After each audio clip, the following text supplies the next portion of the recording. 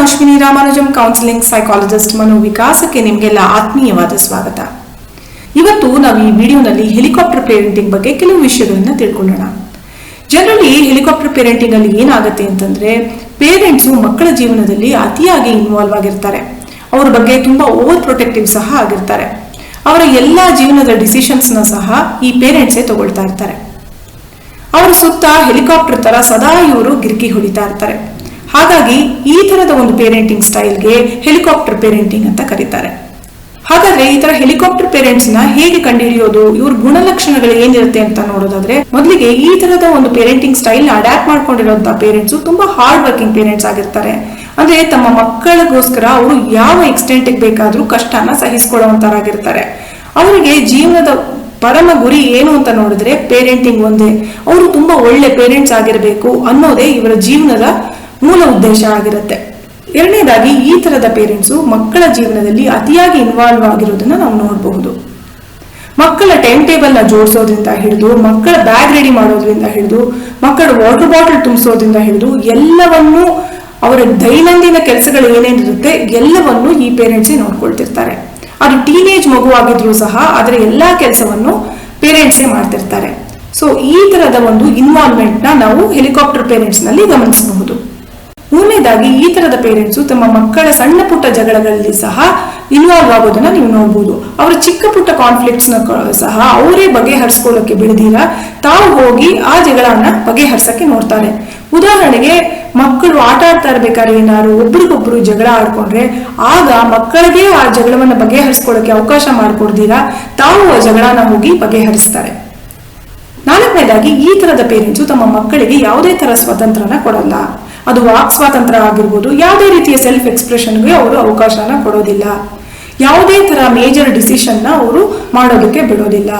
ಮಗು doctor ಆಗ್ಬೇಕಾ, lawyer ಆಗ್ಬೇಕಾ ಅಥವಾ engineer ಆಗ್ಬೇಕಾ ಎಲ್ಲದನ್ನು ಈ ತರದ ಪೇರೆಂಟ್ಸೇ ಡಿಸೈಡ್ ಮಾಡ್ಬಿಡ್ತಾರೆ. ಮಗುವಿಗೆ ತಾನು ಏನಾಗ್ಬೇಕು, ತಾನು ಏನು ಅಂತ ತಿಳ್ಕೊಳ್ಳೋದಕ್ಕೆ ಇಂತಹ ಪೇರೆಂಟ್ಸು ಅವಕಾಶನೇ ಮಾಡ್ಕೊಡೋದಿಲ್ಲ. ಸೊ ಹಾಗಾಗಿ ಈ ತರದ ಪೇರೆಂಟಿಂಗ್ ಇಂದ ಮಕ್ಕಳ ಮೇಲೆ ಇದು ಯಾವ ತರದ ಪರಿಣಾಮ ಬೀರುತ್ತೆ ಅಂತ ನೋಡೋಣ. ಮೊದಲಿಗೆ, ಈ ತರದ ಮಕ್ಕಳು ತಮ್ಮ ಪೇರೆಂಟ್ಸ್ ಮೇಲೆ ಅತಿಯಾಗಿ ಡಿಪೆಂಡ್ ಆಗಿರೋದನ್ನ ನಾವು ಗಮನಿಸಬಹುದು.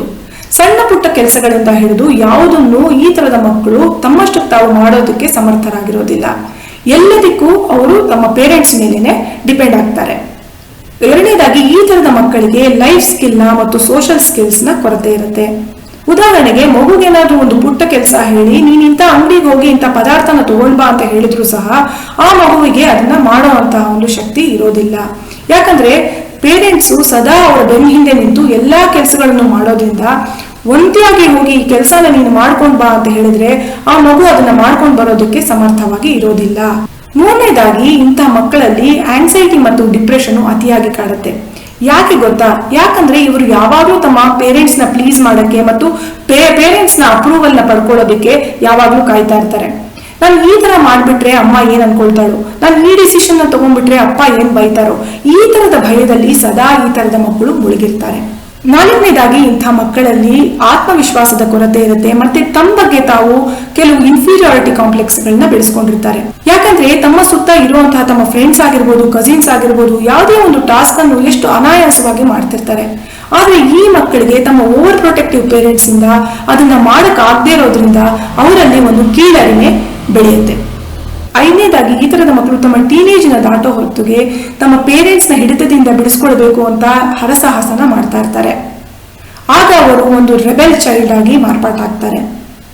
ಹಾಗಾದ್ರೆ ಹೆಲಿಕಾಪ್ಟರ್ ಪೇರೆಂಟಿಂಗ್ ಅಲ್ಲಿ ಇಷ್ಟೊಂದೆಲ್ಲ ಡಿಸ್ಅಡ್ವಾಂಟೇಜಸ್ ಇದೆಯಲ್ಲ, ಹಾಗಾದ್ರೆ ನಾವು ಯಾವ ತರದ ಪೇರೆಂಟಿಂಗ್ ಮಾಡಬಹುದು ಅಂತ ನೋಡೋದಾದ್ರೆ, ಮೊದಲಿಗೆ ನಾವು ಮಕ್ಕಳಿಗೆ ಡಿಸಿಷನ್ ಮೇಕಿಂಗ್ ನ ಹೇಳ್ಕೊಡ್ಬೇಕು. ಮಕ್ಕಳು ಚಿಕ್ಕವರಾಗಿದ್ದ ಚಿಕ್ಕ ಪುಟ್ಟ ಡಿಸಿಷನ್ಸ್ ನ ಅವರೇ ತಗೊಳ್ಳೋದಕ್ಕೆ ನಾವು ಅನುಕೂಲ ಮಾಡಿಕೊಡ್ಬೇಕು. ಯಾವಾಗ ನಾವು ಮಕ್ಕಳಿಗೆ ಡಿಸಿಷನ್ ಮೇಕಿಂಗ್ ನ ಹೇಳ್ಕೊಡೋದಿಲ್ಲ, ಅದು ಅವರು ದೊಡ್ಡವರಾದ್ಮೇಲೆ ಜೀವನದ ನಿರ್ಣಯಗಳನ್ನ ತಗೊಳ್ಳೋಕೆ ತುಂಬಾ ಕಷ್ಟ ಆಗುತ್ತೆ. ಉದಾಹರಣೆಗೆ, ಈಗ ಮಗು ಹತ್ರ ಒಂದು 10 ಸೆಟ್ ಬಟ್ಟೆ ಇದೆ ಅನ್ಕೊಳ್ಳಿ. ಮಗುವನ್ನು ಕೂಡಿಸ್ಕೊಂಡು ಇವತ್ತು ಈ 10 ಸೆಟ್ ಬಟ್ಟೆಯಲ್ಲಿ ಇವತ್ತು ನೀನ್ ಯಾವ ಕಲರ್ದು ಹಾಕೊಳ್ತೀಯಾ, ಅದೇ ಬಟ್ಟೆನ ನಾನು ಹಿಂಗೆ ಹಾಕ್ತೀನಿ ಅಂತ ಹೇಳೋದಾಗಿರ್ಬಹುದು. ಅಥವಾ ಒಂದು ಬೆಡ್ ಟೈಮ್ ಸ್ಟೋರೀಸ್ ನ ಹೇಳ್ಬೇಕಾದ್ರೆ, ಈ ಕತೆ ಪುಸ್ತಕದಲ್ಲಿ ಇಷ್ಟೊಂದು ಕತೆಗಳಿದೆ, ಇದರಲ್ಲಿ ನೀನ್ ಯಾವ ಕಥೆನ ಇವತ್ತು ಕೇಳ್ತೀಯಾ ಹೇಳು, ಅದೇ ಕಥೆಯನ್ನ ನಾನು ನಿಂಗೆ ಹೇಳ್ತೀನಿ ಅಂತ ಹೇಳೋದಾಗಿರ್ಬೋದು.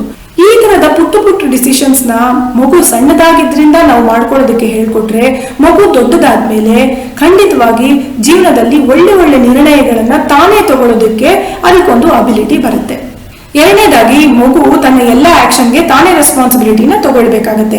ಅಂದ್ರೆ ಮಗುವಲ್ಲಿ ಒಂದು ಸೆನ್ಸ್ ಆಫ್ ರೆಸ್ಪಾನ್ಸಿಬಿಲಿಟಿನ ನಾವು ಕ್ರಿಯೇಟ್ ಮಾಡ್ಬೇಕಾಗತ್ತೆ. ಮಗು ಏನಾದ್ರೂ ಉದಾಹರಣೆಗೆ ತನ್ನ ಸ್ಕೂಲ್ ಹೋಮ್ವರ್ಕ್ ಅನ್ನೋ ಅಸೈನ್ಮೆಂಟ್ ಅನ್ನೋ ಅಥವಾ ಟೀಚರ್ ಯಾವುದೋ ಒಂದು ಕೊಟ್ಟಿದ್ದ ಪ್ರಾಜೆಕ್ಟ್ ಅನ್ನೋ ಮುಗಿಸಕ್ಕಾಗಿಲ್ಲ ಅಂತಂದ್ರೆ ಆ ಜವಾಬ್ದಾರಿಯನ್ನ ಪೇರೆಂಟ್ಸ್ ತಗೊಳ್ಬಾರ್ದು, ಅದು ಖಂಡಿತವಾಗೂ ಮಗುವೇ ತಗೊಳ್ಬೇಕು.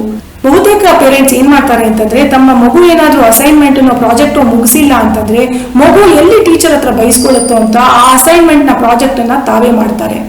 ಹಾಗೆ ಮಾಡಿದಾಗ ಮಗುವಿಗೆ ಒಂದು ಸೆನ್ಸ್ ಆಫ್ ರೆಸ್ಪಾನ್ಸಿಬಿಲಿಟಿ ಬರೋದಿಲ್ಲ, ಮತ್ತೆ ಆ ಮಗು ಅದೇ ತಪ್ಪನ್ನ ಮಾಡುತ್ತೆ. ಹಾಗಾಗಿ ಮಗು ಏನೇ ತಪ್ಪು ಮಾಡಿದ್ರು ಅದರ ಕಾನ್ಸಿಕ್ವೆನ್ಸಸ್ ನ ಮಗುನೇ ಫೇಸ್ ಮಾಡೋದಕ್ಕೆ ನಾವು ಬಿಡಬೇಕಾಗತ್ತೆ. ಮಗು ಏನಾದ್ರೂ ಸಮಸ್ಯೆ ಅಂತ ನಮ್ಮ ಹತ್ರ ಬಂದಾಗ ನಾವು ಮಗುವಿಗೆ ರೆಡಿಮೇಡ್ ಒಂದು ಸೊಲ್ಯೂಷನ್ ನ ಕೊಡ್ದೀರಾ, ಈ ಸಮಸ್ಯೆ ಯಾಕಾಗಿದೆ, ಯಾರಿಂದ ಆಯ್ತು, ಇದಕ್ಕೆ ಏನ್ ಮಾಡ್ಬೋದು, ನಿನಗೆ ಈ ಸಮಸ್ಯೆಯ ಸೊಲ್ಯೂಷನ್ ಏನಿರ್ಬೋದು ಅನ್ಸುತ್ತೆ, ನೀನೇ ಇದಕ್ಕೊಂದು ಸೊಲ್ಯೂಷನ್ ನ ಕಂಡುಹಿಡಿ ಅಂತ ಮಗುನ ಅದಕ್ಕೊಂದು ಸೊಲ್ಯೂಷನ್ ನ ಒಂದು ಪರಿಹಾರನ ಕಂಡುಹಿಡಿಯೋದಕ್ಕೆ ನಾವು ಆ ಮಗುವನ್ನ ಎಂಕರೇಜ್ ಮಾಡಬೇಕು.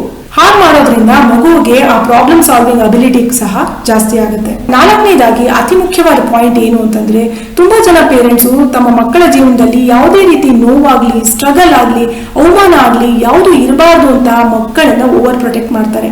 ಈ ತರ ಓವರ್ ಪ್ರೊಟೆಕ್ಟ್ ಮಾಡೋದ್ರಿಂದ ಮಕ್ಕಳು ತಮ್ಮ ಮುಂದಿನ ಜೀವನನ ಎದುರಿಸಕ್ಕೆ ತುಂಬಾ ಕಷ್ಟಪಡಬೇಕಾಗತ್ತೆ. ನಾವು ಪೇರೆಂಟ್ಸ್ ಆಗಿ ಮಕ್ಕಳನ್ನ ಈ ತರದ ಎಲ್ಲಾ ಸ್ಟ್ರಗಲ್ಸ್ ನ, ನೋವನ್ನ ಎದುರಿಸೋಕೆ ಶಕ್ತಿಯನ್ನ, ಧೈರ್ಯವನ್ನ ತುಂಬಿಸ್ಬೇಕಾಗತ್ತೆ. ಹಾಗಾಗಿ ಈ ತರದ ಕೆಲವು ಸಿಂಪಲ್ ಪೇರೆಂಟಿಂಗ್ ಟೆಕ್ನಿಕ್ಸ್ ನ ನಾವು ಯೂಸ್ ಮಾಡಿಕೊಂಡು ನಮ್ಮ ಪೇರೆಂಟಿಂಗ್ ನ ಇನ್ನೂ ಉತ್ತಮಗೊಳಿಸ್ಕೊಳ್ಬಹುದು ಅಂತ ಹೇಳ್ತಾ ಈ ವಿಡಿಯೋನ ನಾನು ಇಲ್ಲಿಗೆ ಮುಗಿಸ್ತಾ ಇದ್ದೀನಿ. ಮತ್ತೆ ಇನ್ನೊಂದು ವಿಡಿಯೋ ಜೊತೆ ನಿಮ್ ಮುಂದೆ ಬರ್ತೀನಿ. ಅಲ್ಲಿವರೆಗೂ ಟೇಕ್ ಕೇರ್, ಬಾಯ್.